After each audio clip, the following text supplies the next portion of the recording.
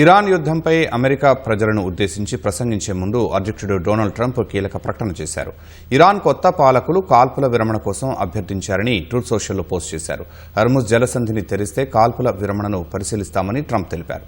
లేకుంటే ఇరాన్పై భీకర దాడులు చేసి రాతి యుగానికి పంపిస్తామని హెచ్చరించారు. పాత పాలకుడితో పోలిస్తే ఇరాన్ కొత్త పాలకుడు తెలివైన వారని పేర్కొన్నారు.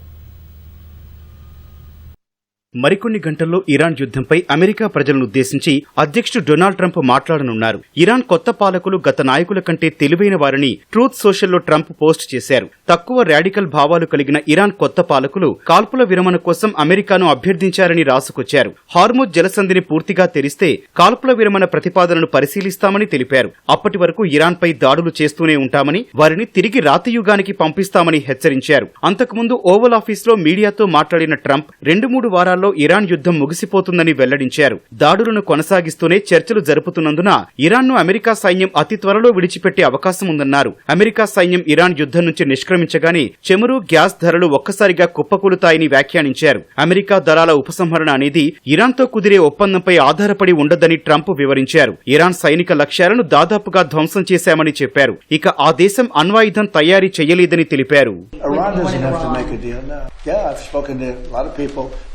It's a new regime.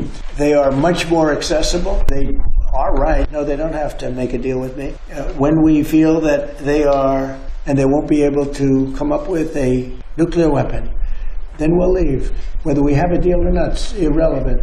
Now, it's possible that we'll have a deal because they want to make a deal. America అధ్యక్షుడు ప్రకటన తర్వాత శ్వేతసౌధం ప్రెస్ సెక్రటరీ కీలక విషయాన్ని చెప్పారు. మరికొన్ని గంటల్లో ఇరాన్ యుద్ధంపై అధ్యక్షుడు కీలక ప్రకటన చేస్తారని తెలిపారు. అటు ఇరాన్ మాత్రం అమెరికాకు తలొగ్గే ప్రసక్తే లేదని తేల్చి చెబుతోంది. అమెరికా భూతల దాడులకు దిగితే అది వారు చేసే అతిపెద్ద తప్పిదం అవుతుందని, వారి కోసం తమ భారీ సైన్యం వేచి చూస్తోందని ఇరాన్ విదేశాంగ మంత్రి అబ్బాస్ అరాక్చీ హెచ్చరించారు. యుద్ధంలో అమెరికా తాను అనుకున్నవి సాధించడంలో ఎదురైన వ్యూహాత్మక వైఫల్యం వల్లే ఆ దేశ ప్రకటనలు, మాటల తీరు మారుతున్నాయని నిపుణులు అభిప్రాయపడ్డారు. తొలినాళ్లలో ఇరాన్లో ప్రభుత్వ మార్పు గురించి పదే పదే మాట్లాడిన అమెరికా నేతలు ఇప్పుడు అక్కడ అధికార మార్పు జరగదని పరోక్షంగా అంగీకరిస్తున్నారని వివరించారు.